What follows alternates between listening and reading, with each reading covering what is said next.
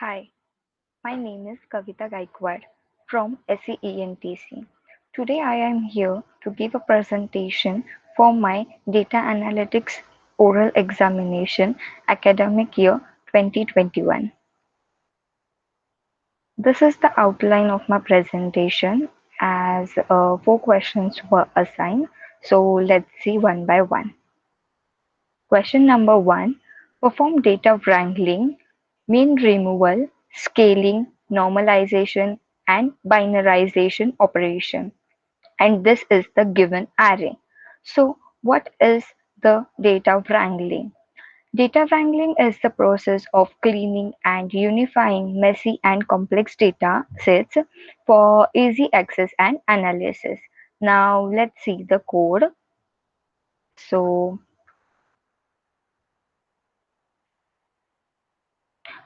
this is the code. Here in first line, NumPy are used for data processing. Similarly, sklearn has a library called as preprocessing the input. Preprocessing from sklearn, which is then used for data wrangling or data preprocessing. So what we do here is we define an array and we assign for variable input data. So this variable will then be used as a parameter in different functions. Here basically for mean function, like for mean removal, dot scale and dot mean functions are used. Dot scale and dot mean functions are used, and we assigned access parameter of dot mean function to 0, and dot scale function takes one parameter which is a variable and which we have input our data. So then this is mean. Basically, mean removal is used to remove anomalies present in particular data set. Then scaling, in min-max scaler, there is one parameter called as feature range, and according to this feature range, all are assigned. Basically we can say that whatever scaling is here is from this 0 to 1 range, then normalization. So here let's see one example. Suppose there are three colleges. From that, let's say first college is grade from 0 to 100, second college is grade from 0 to 10, and the third college is grade from 0 to 5.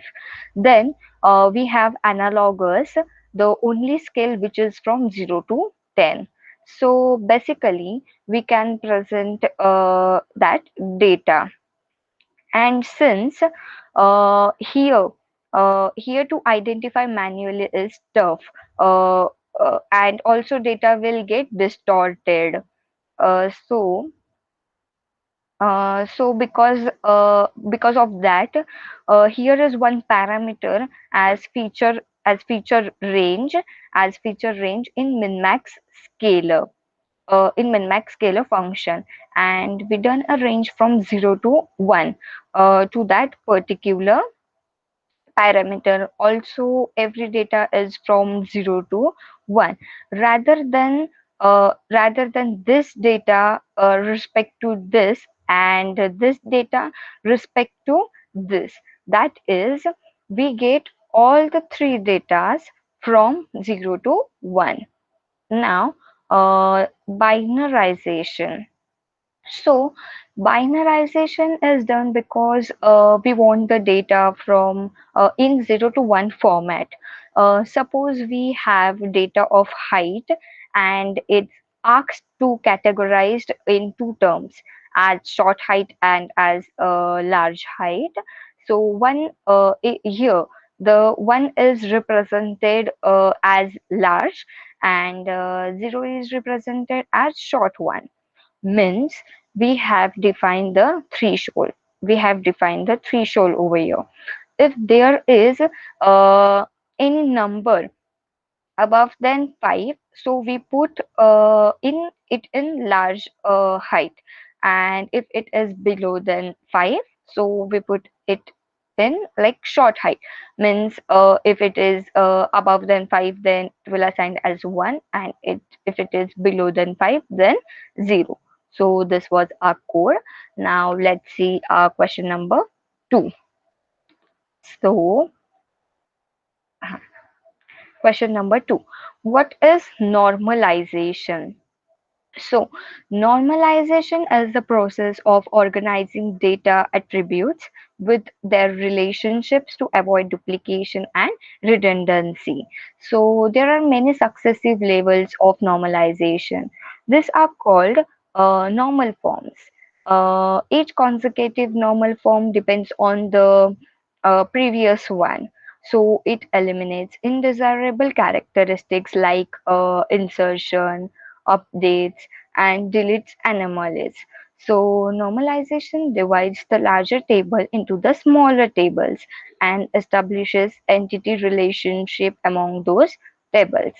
So types of normalization. So first normalization 1NF, second normal form that is 2NF, and third normal form is 3NF. So first normal form 1NF, in this a relation is in 1NF if it contains an atomic value. Then second normal form 2NF, here a relation will be in 2NF if it is an 1NF and all non-key attributes are fully functional dependent on the primary key. Then third normal form 3NF, here a relation will be in 3NF if it is in 2NF and no transition dependency exists. Now question number 3. Um, Perform linear regression analysis with ordinary least squares using stats models. Now let's see the code. So yeah, this is the code. So this is the code for it. So here we import a numpy and give it a name np. Then we import stat models API and call it as SM. Then we use the Spectre data dataset from SM datasets. We use the load method to load the data from Spectre dataset and store it in Spectre data. So here as EXOG and ENDOG is used to get X and Y values. Then we declare here model with sm.ols and it is written as Y and X like values. So Spectre data ENDOG views Y value while Spectre data EXOG gives X value. Then here we fit the model in a result, and at the end we simplify print res with res summary, result summary, and this is our output. Now let's see question number 4. Yeah, so what is a subquery in SQL? A select query when is nested in another main query, then it is called a subquery. Like joins, subqueries need common key columns for joining with main queries. Subqueries are otherwise called virtual tables, enclosed with independent business logic.